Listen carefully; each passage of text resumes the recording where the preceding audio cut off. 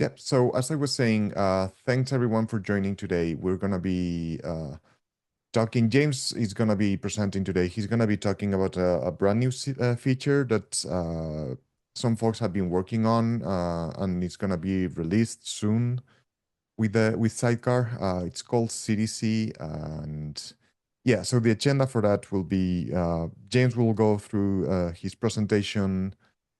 We will be monitoring the chat, and if you have questions, please feel free to raise your hands. James, whatever you feel more comfortable with. If people can interrupt you, or we can wait for those questions to be answered by the end of the meeting, it's your choice. But in any case, we will be monitoring the questions to make sure that all of them get addressed. And yeah, that's basically it. Also would like to remind that this meeting is being recorded, so we will share and post it afterwards in case anyone missed it or anyone wants to revisit it. And without further ado, James, the floor is yours. Thanks, Bernardo. I'm happy to field any questions you have throughout the presentation, and I will try and condense down the talking part of the presentation to save time and jump to the demo and try and make it as interactive as possible. So yeah. Hi everyone, I'm James Berragan. I started working with Cassandra about 12, 13 years ago through a small company no longer exists called Akunu. And then I've been at Apple for about 10, 11 years working on all things Cassandra. So I will share my screen if I can figure out how to do that. Um,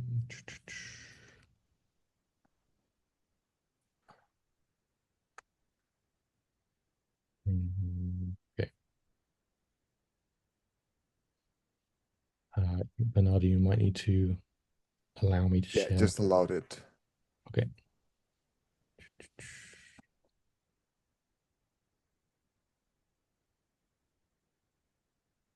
Excuse me. Okay.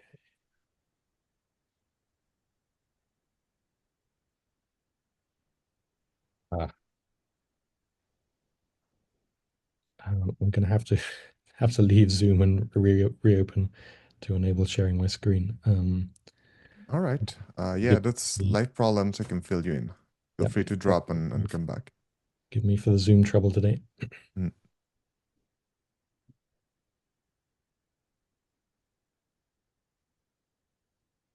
All right. So yeah, in the meantime, I guess I can also speak about ourselves and what we're doing. So basically, Aaron here and Sohail and Rahul, who couldn't join today, we are uh, hosting this revamped version of the meetup. And yeah, as you can see, today is our first one, and we're going through all the like live Growing demo pains. effect. Yeah, growing pains. So please bear with us. It will get better with time, I promise. All right. Hi again, James. Right. You can go Okay. for it. Okay, so can everyone see my Safari screen? Somebody could thumbs up. Okay. So yeah, I'll briefly talk through CEP44, Kafka integration for CDC using the Apache Cassandra Sidecar. So this was accepted by the community last year. We are about halfway through delivering the feature. The core module has been added to the Apache Cassandra Analytics repo, and we are working on the Sidecar implementation as we speak.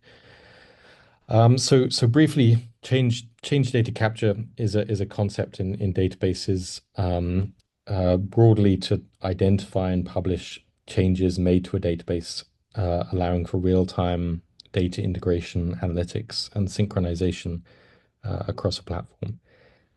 This for a non-distributed database is I would say more simple, more contained problem. For distributed databases like Cassandra, it's very challenging.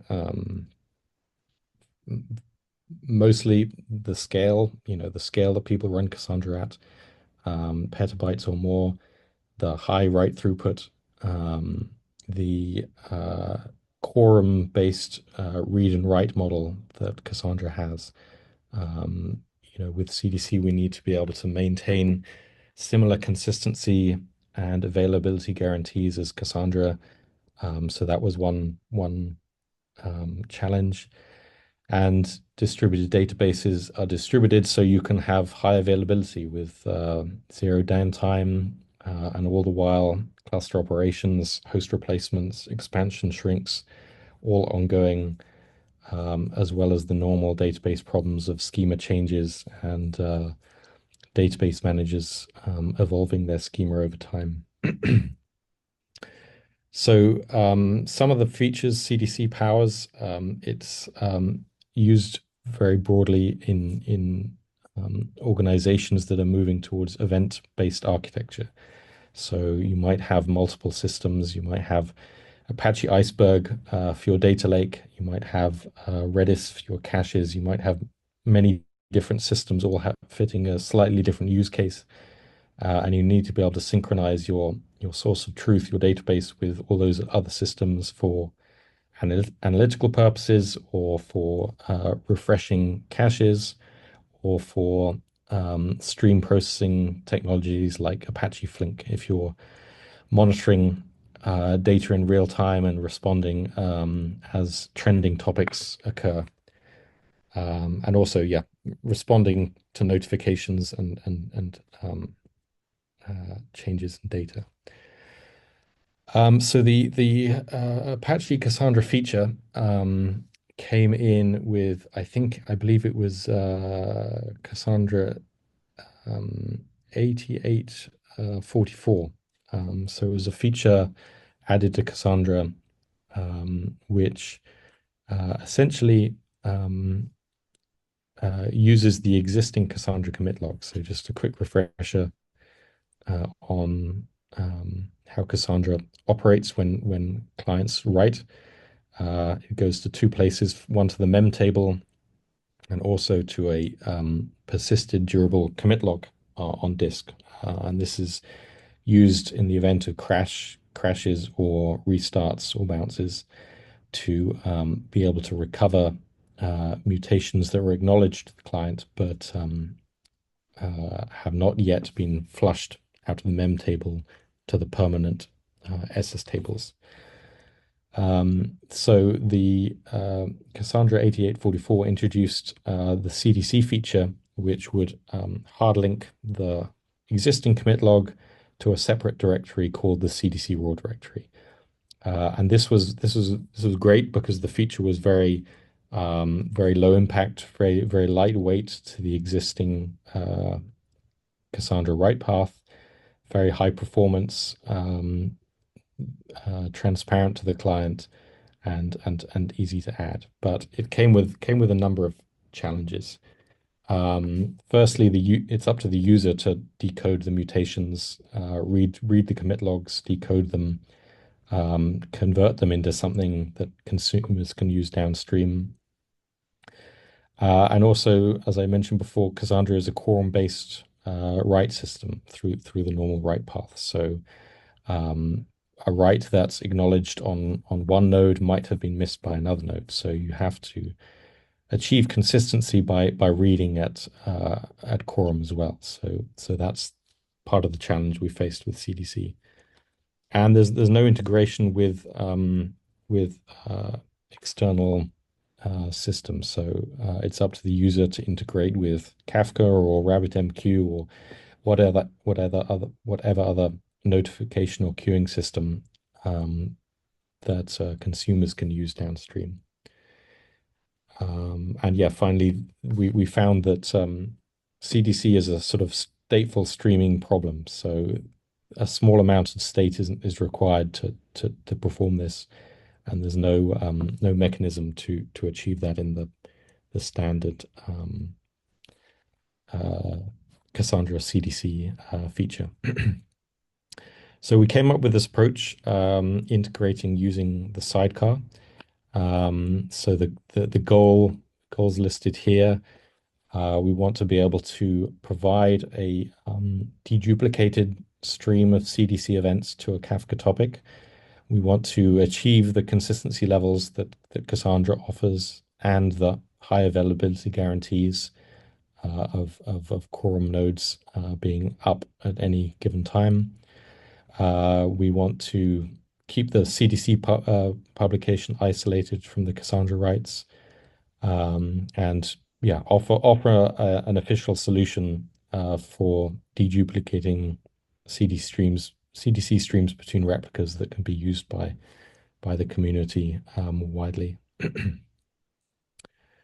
Um, so yeah, we chose on the sidecar because it's an existing uh, official sub-project of the Apache Cassandra project. It tends to run on alongside Cassandra.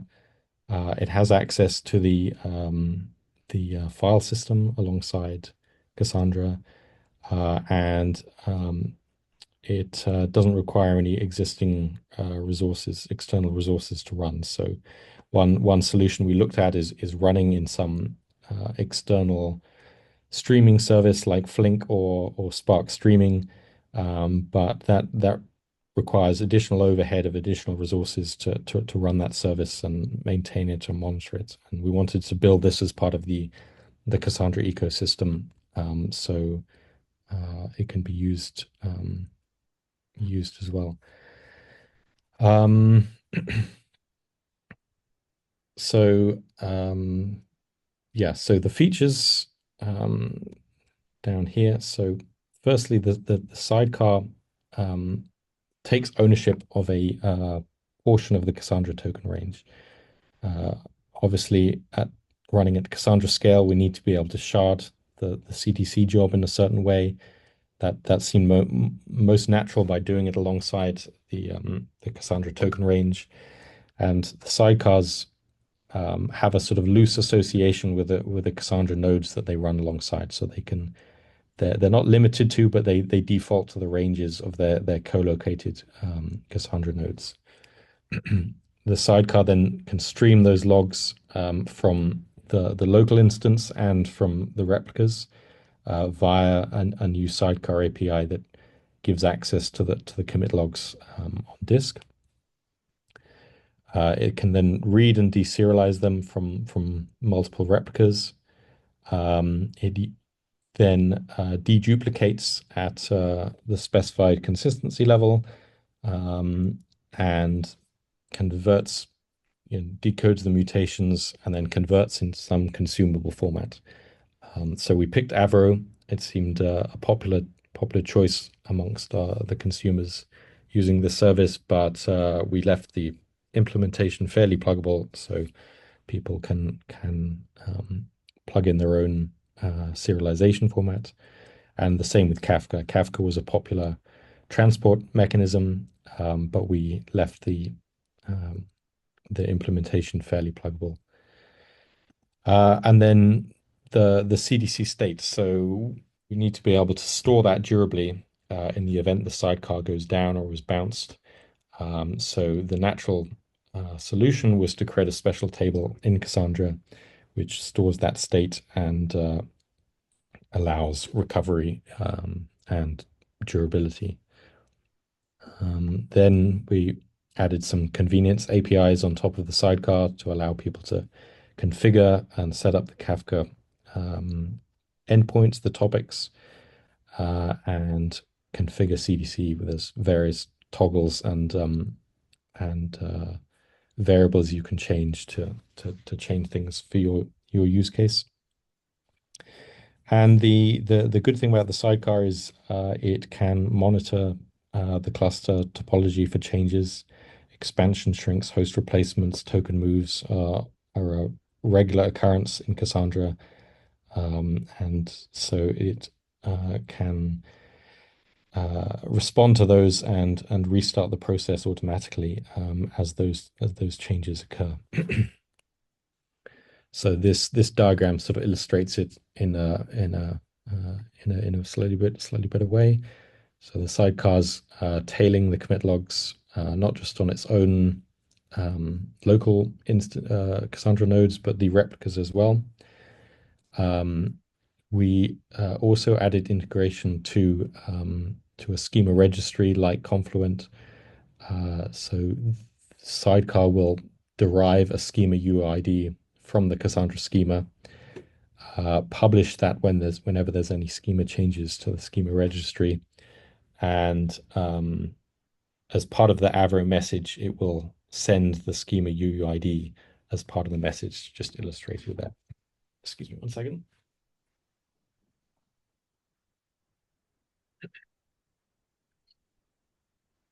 So Avro, yeah, the Avro message is then published downstream to Kafka, and then the consumers can poll it from Kafka and look up the schema as and when they need to.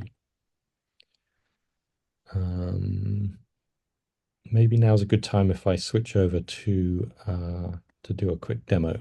So I'm going to move over to my terminal.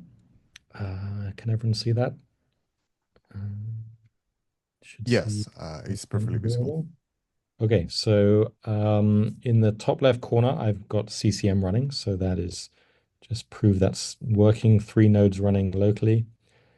I have the Cassandra CQL shell open here. And then in the bottom right corner, in the right-hand side, I have the Cassandra sidecar running. And you can see it's come up with this CDC publisher. So I'm going to just paste in an example insert. So I'm going to insert into basic test, Apache Cassandra CDC demo, San Francisco, and today's date. And here we see a mutation's just been logged. This is the Avro equivalent for that mutation. On the outside, we've got this sort of outer envelope which has metadata about the mutation. So the source table, key space, the schema ID I mentioned before, the operation type, the fields updated as part of this mutation, and then range and tombstone I'll demo later for range tombstones and TTL values. And then within that, we have the actual payload, which is the mutation event. So this schema worked well because the outer envelope can remain fixed as a static CDC envelope, and then the payload depends on the schema of the individual table, and that can change over time, and the schema UID will update as part of that.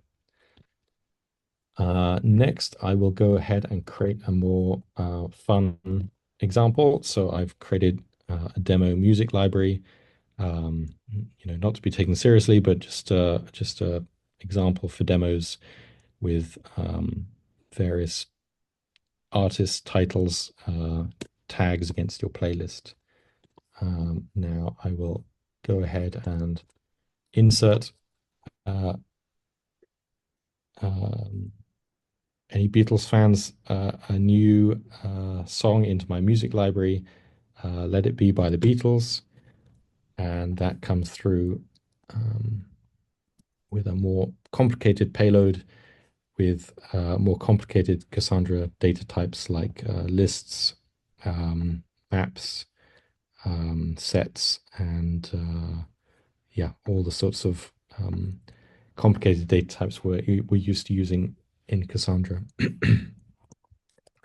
I can do an update as well. So if I add some tags to my to my my new song, so I like to listen to it when I'm focusing or when it's playing in the background. And here the mutation comes through with just those new tags being added to the song. When I no longer want it in my library, I can issue a delete, and that'll come through here. It's necessary to distinguish between nulls as unpopulated values and nulls as tombstones. So that's what this updated fields value is used for here. Then I can demo range tombstone like this. So we're going to delete in another table between 0 and 100, and then that'll come through. The string decoding doesn't quite work for the demo, but within that is the predicate greater than or equal to, and then the value and the upper end value as well. And then finally, just for completeness, I'll issue a TTL value here, which is then encoded in this field here.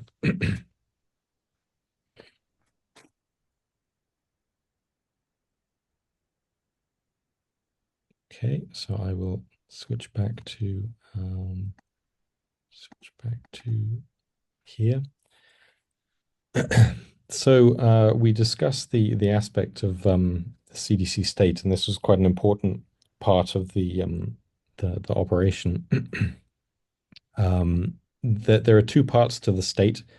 One is obviously we need to be able to track where in the commit log we've reached to. So as a reminder, the Cassandra commit log has this monotonically increasing generation ID that gives both order and uniqueness to each of the commit log segments. And that's very useful because we can use that to track how far we've got in the commit log. So that there are two parts to that. We store the generation ID, which is a 64-bit. This diagram illustrates a bit better. So we saw the segment ID, which is the 64-bit long, and then the offset within to that commit log. Every commit log has an upper bound of about 64 megabytes. So we can use an int just to store the offset of where we reach to last, and that allows us to skip over previously read mutations very efficiently. The second part of it is comes down to the consistency level and the quorum-based reads.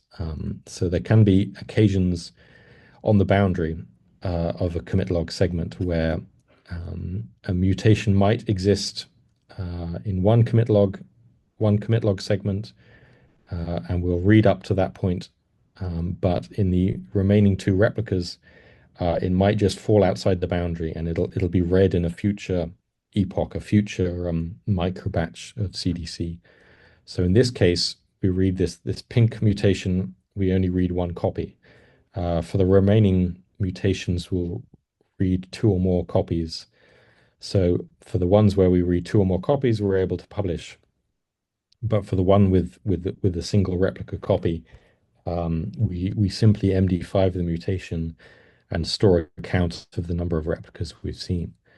And then when we come back to the next epoch, the next micro batch of CDC, we should read the remaining replica copy. We can look up in this CDC state if we've seen this mutation before and how many times we've seen it before. And at that point, we can then publish downstream.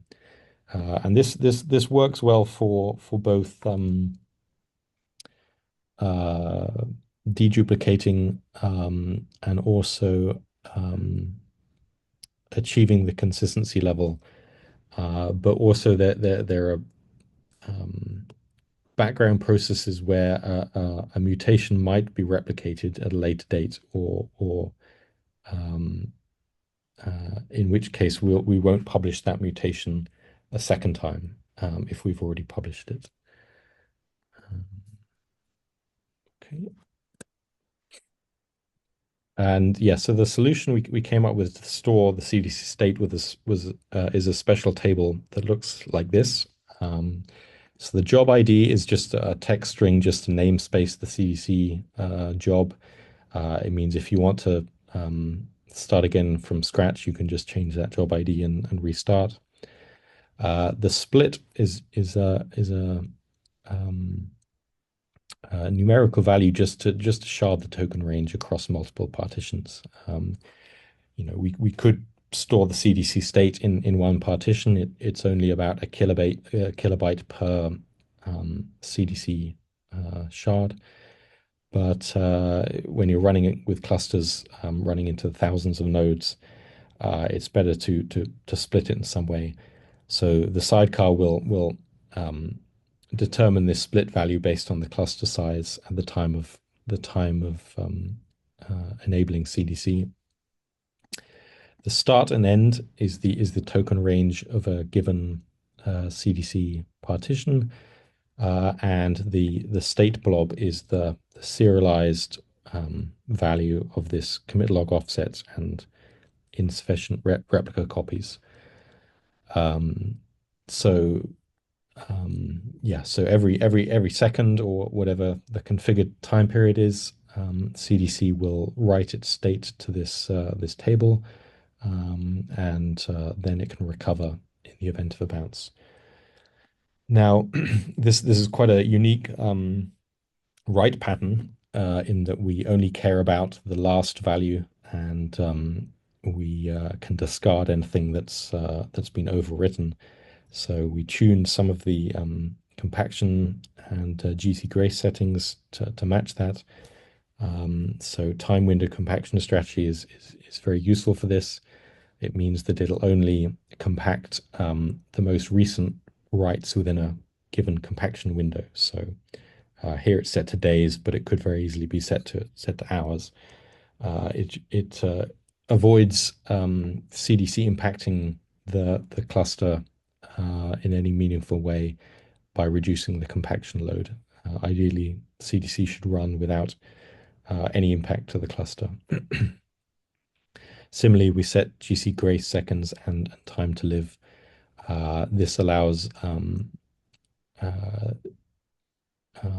expired SS tables to be dropped very quickly as soon as they're eligible to be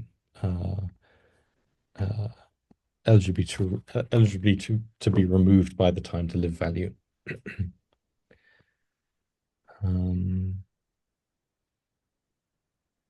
Yeah, I was going to say one more thing about the CDC state.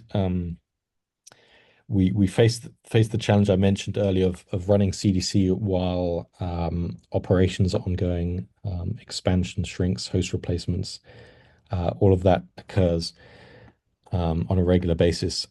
So the having the start and end token range in the clustering keys, in the primary keys, was very important so that we can read previous state values after a cluster topology change has occurred. So if you imagine you expand a cluster, you the token range for any given Cassandra node will shift, will shrink, and CDC has to respond accordingly. But after it detects the cluster topology change, it has to restart, read the previous state from the previous epoch, and then merge that into the new token range for the updated cluster configuration. Similarly, with a shrink, you go from, let's say you'll go from 2 nodes to 1 node. The token range for the CDC job will double in size, so it'll have to read 2 previous CDC state objects from the previous cluster topology, merge those together, and continue running without loss of mutations. Finally, I'll want to save some time for some questions if anyone has any, but I'll just briefly cover here. So we added some service APIs to the sidecar, so you can configure the Kafka configuration. It's just a key value map, and similarly a similar one for CDC and the schema store to provide that configuration.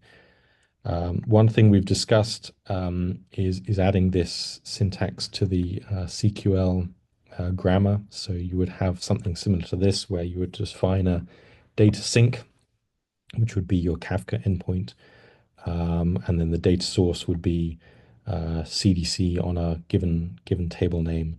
and then piping that to the sink, the Kafka sink you configured earlier. That's still an idea in progress. We're uh, open to ideas and discussions around that.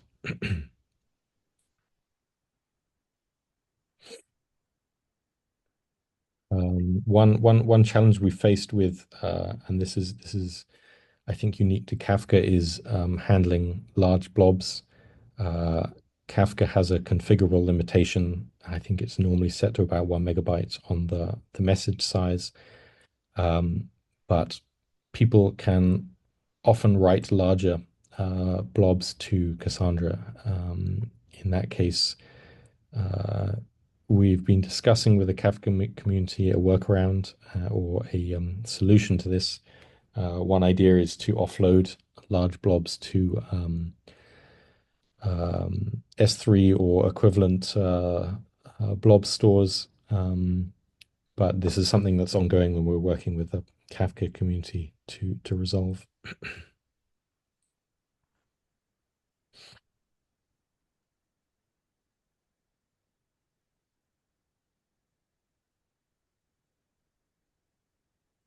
I think that's the bulk of the content I wanted to go through. I can open up to any questions if anyone has anything else they want to drill into or discuss. Thanks a lot, James. Really cool. I just wanted also to add, like, for the large blob, the CP42 is also supposed to help on that. CP42, for those of you who are not familiar with it, is about constraints and being able to add size constraints to actual schemas. It's currently in implementation, almost there. So yeah. Okay, any other questions from anyone? Yeah, hi guys. Hi James. I have a question. Yeah, hi. Hi, Hey, Dimitri. Dimitri, You go for what? it.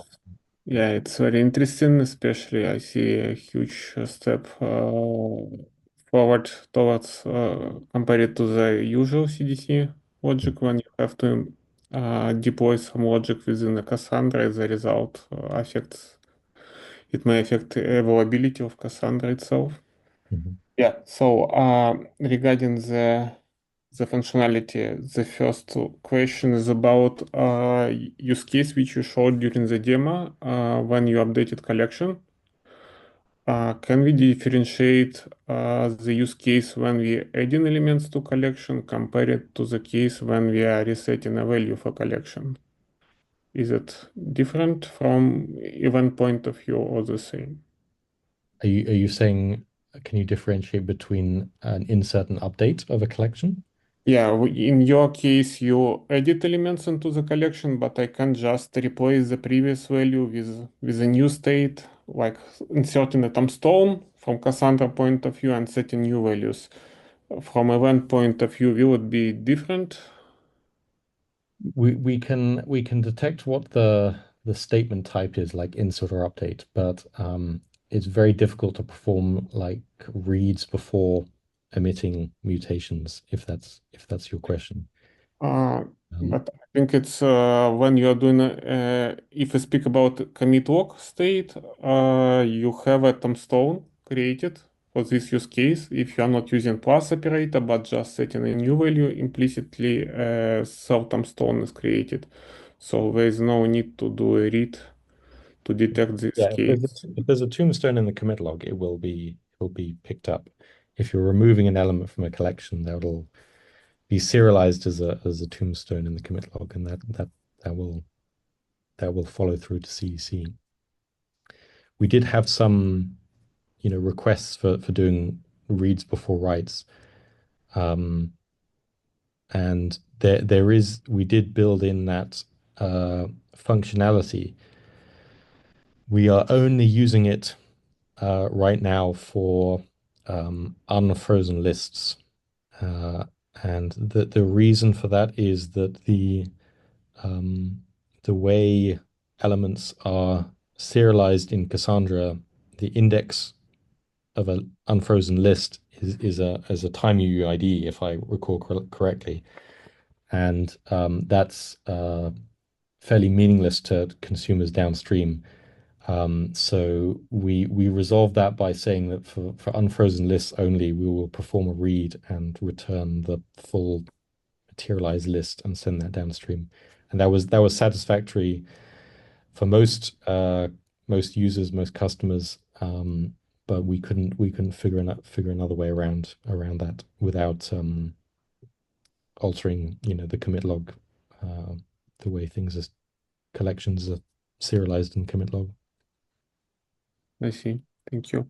Then maybe I have few other questions if Sure. nobody. Okay. Uh, if you speak about data types which are supported, do we support now UDTs? I just haven't noticed when you scrolled it. UDTs are supported, yes. Oh, nice. Yes. And the last question about the implementation, I've noticed MD5 usage. I suppose it's because Cassandra already uses it, but at the same time, it's maybe not the most efficient way to calculate discrepancies. And here, I think we are not bounded by kind of compatibility logic. Why do we use this? Yes, so we use the digest from the Cassandra code, which is an MD5. Um, the uh, the important aspect to it is it's only when you receive uh, less than quorum copies for a given mutation. So we will we do the MD5? Yeah, I suppose we do the MD5 for every mutation that comes in to do that, to match it up. Um, yeah, we're perfectly happy to move to another hashing algorithm. It's simply because we use the existing digest method in the Cassandra mutation. I see. So it's mostly because of just code revision from existing Cassandra code base. Yeah. Got it. Thank you. Thank you, Ott. Also, another question here from Aaron says, have you noticed any issues with stale rows in the CDC state table ghosting their way back after being overwritten or deleted? I've seen a lot of problems before with setting GC gray seconds to 0. Can you repeat the question? I didn't get the first part. Sorry. Have you noticed Yeah. any Oh, I was just going to say, I was just wondering if in with that the CDC state table, if you've had like older rows in that table had a problem with them like coming back after they've been, purged or deleted. I don't think so. But then, I mean, it's sort of it's written every second, so it's very overwrite Sure. heavy, and it's only read on a bounce or a resume. Right. Right.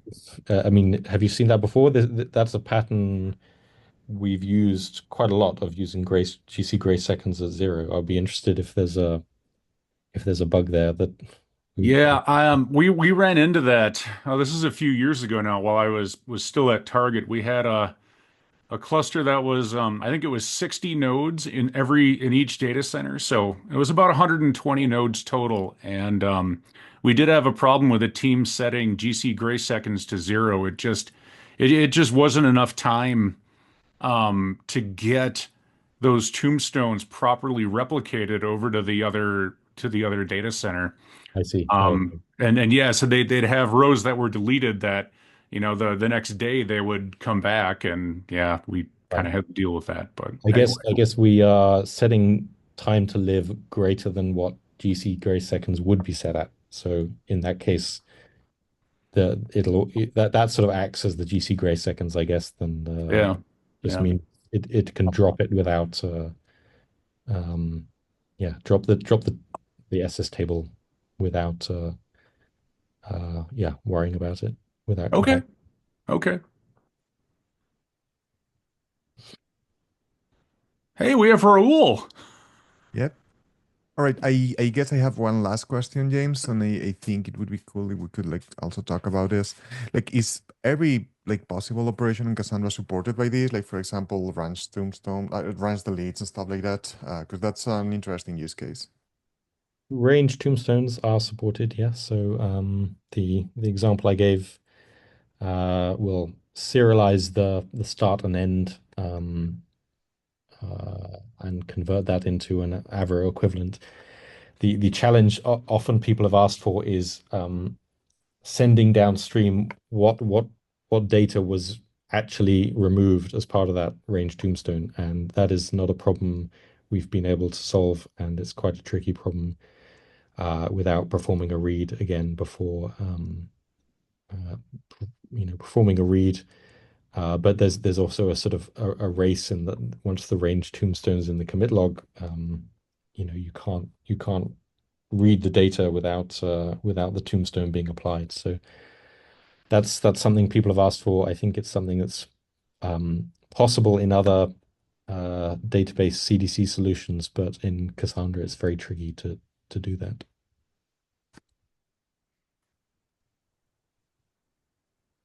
I had a question about the sidecar tailing the replica logs.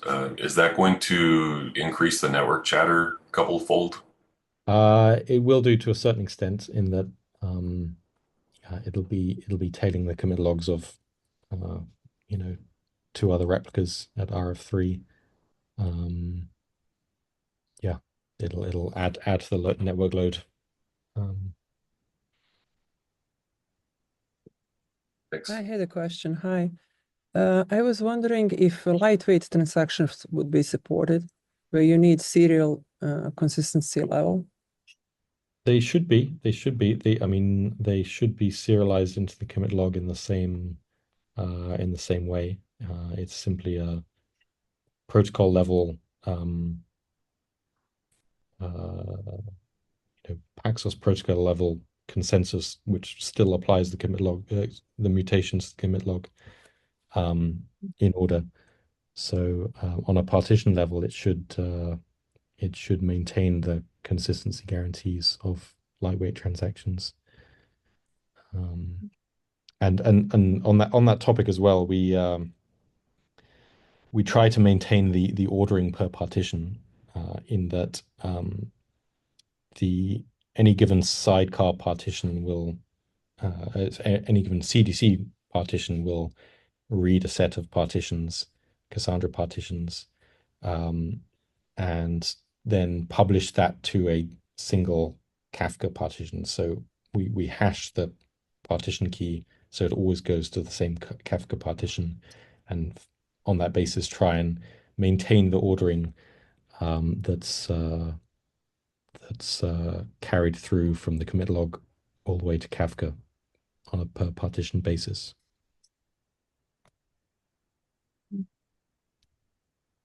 Now, I'm surprised nobody asked about Accord and CDC and how that will change, and I think that's very much up in the air.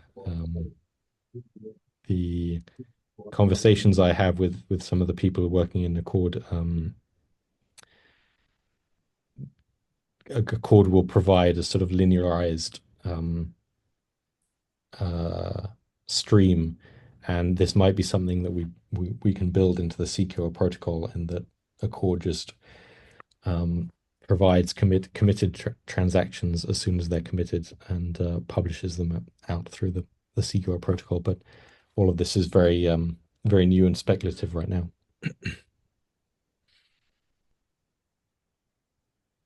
Is it supposed to be deployed in a single data center or it'll